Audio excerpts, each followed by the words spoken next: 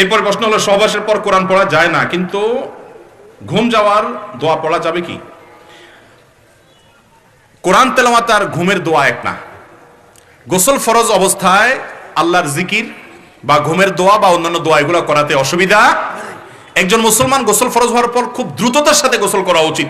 যদি তিনি গোসলটাকে বিলম্ব করতে চান, যে আমি কথার কথা এখন রাত 2টা 12টা বাজে, আমি ফজরের আগে গোসল করবো, এরকম যদি কেউ নিয়ত করেন অসুবিধা নাই, কিন্তু উত্তম হলো এক্ষেত্রে ওযু করা। ওযু করার পর আপনি অন্যান্য কাজ করেন, নবী করিম সাল্লাল্লাহু আলাইহি সাল্লাম সেরকমটি করেছেন। যার কারণে ওযু করে আপনি অন্যান্য কাজগুলো করবেন। দোয়া দুরূদ পড়াতে কোনো অসুবিধা নাই। গোসল ফরজ অবস্থায় দোয়া দুরূদ পড়া যায়, শুধু কোরআন তেলাওয়াত করা যায় না, হাদিসে নিষেধ আছে। এরপর প্রশ্ন হলো, বাসা বাড়িতে বাথরুমে হাই কমোড থাকে, হাই কমোডের ঢাকনা বন্ধ করে বিসমিল্লাহ বলে ওযু করা যাবে কিনা? কারণ বাথরুমে বিসমিল্লাহ বলা যাবে না। দেখুন, বাথরুমে বিসমিল্লাহ বলা মাকরুহ বা আল্লাহর নাম নেওয়া মাকরুহ, কারণ আল্লাহর নাম অপবিত্র এবং নোংরা কোনো জায়গায় নেওয়া এটা আল্লাহর নামের শানের খেলাফ। এই জন্য বাথরুমে বা টয়লেটের ভেতরে ওযু না করে বাহিরে যদি বেসিন থাকে, টেপ থাকে, সেখানে ওযু করা উত্তম। যদি কারোর বাহিরে কোনো ব্যবস্থাপনা না থাকে ওযুর, তিনি বাধ্য হয়ে ভেতরে টয়লেটেই ওযু করতে হয়, টেপে বা বেসিনে বা টয়লেটের ভেতরে, তাহলে সেক্ষেত্রে তিনি বিসমিল্লাহটা মনে মনে বলবেন, বলে ওযু করে ফেলবেন। কথা কি বুঝাতে পারছি? বাহিরে যদি বেসিন থাকে, বিসমিল্লাহ বলে হাতটা ধুয়ে শুরু করে বাকিটা আপনি বাথরুমের ভিতর করে আসলেন, আর বাহিরে এসে আবার দোয়া পড়লেন, কালিমায়ে শাহাদা পাঠ করলেন। এটা হলো উত্তম এবং নিরাপদ, কারণ টয়লেটে আল্লাহর নাম নেওয়া উচিত না। প্রশ্নকর্তা লিখেছেন যে কমোডের হাই কমোডের ঢাকনা দিয়ে দিলে কোনো সমস্যা আছে কিনা বিসমিল্লাহ বলাতে। তো এটা তো একটা আপেক্ষিক বিষয়। আপাত দৃষ্টিতে মনে হচ্ছে যে ঢাকনা দেওয়াতে তো ময়লা ঢাকা পড়ে গেছে, যার কারণে বিসমিল্লাহ বলা যায়, কিন্তু ঢাকনা দেওয়ার পরও সেটা টয়লেটের জায়গা, টয়লেট ঢাকনা দিলে যে সে টয়লেট না তা তো আর হয় না।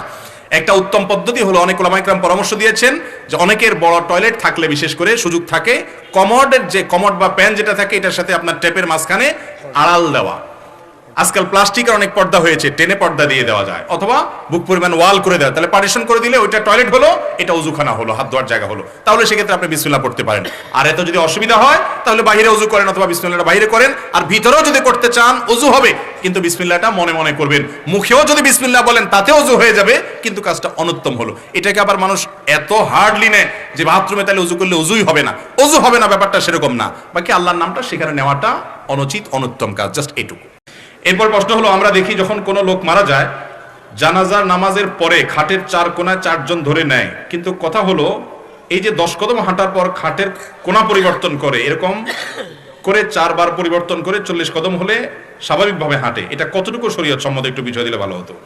এ বিষয়ে আমরা এর আগে বারবার বলেছি বিভিন্ন প্রশ্নোত্তর সেশনে। দেখেন, জানাজার লাশ, মৃত মানুষের লাশ দাফন যারা করে, তাদের মধ্যে এক ধরনের গাম্ভীর্য থাকবে, ভীতিকর একটা পরিস্থিতি থাকবে। সাহাবীরা যখন লাশ বহন করতেন খুব নীরব হয়ে যেতেন, নিস্তব্ধ হয়ে যেতেন, তারা ভাবতে থাকতেন যে আমাদেরকে এইভাবে একসময় বহন করা হবে।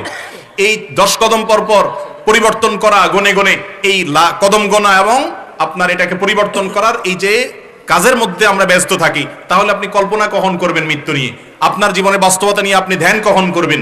বিধায় এটা উচিত না। তাছাড়া কোনো কোরআন হাদিসের কোথাও বলা হয়নি যে মৃত ব্যক্তিকে লাশ বহন করতে হলে 10 কদম পর পর পাল্টাইতে হবে। এগুলো কে বা কারা চালু করে দিয়েছে, এগুলোর কোনো প্রুফ বা এগুলোর কোনো ভিত্তি নবী করিম সাল্লাল্লাহু আলাইহি ওয়াসাল্লামের কোনো হাদিস থেকে পাওয়া যায় না। এগুলো আমাদের সমাজে চলে আসছে, আমাদেরকে সুন্নতে ফিরে আসতে হবে, মন গড়া বা চলে আসা জিনিস নয়।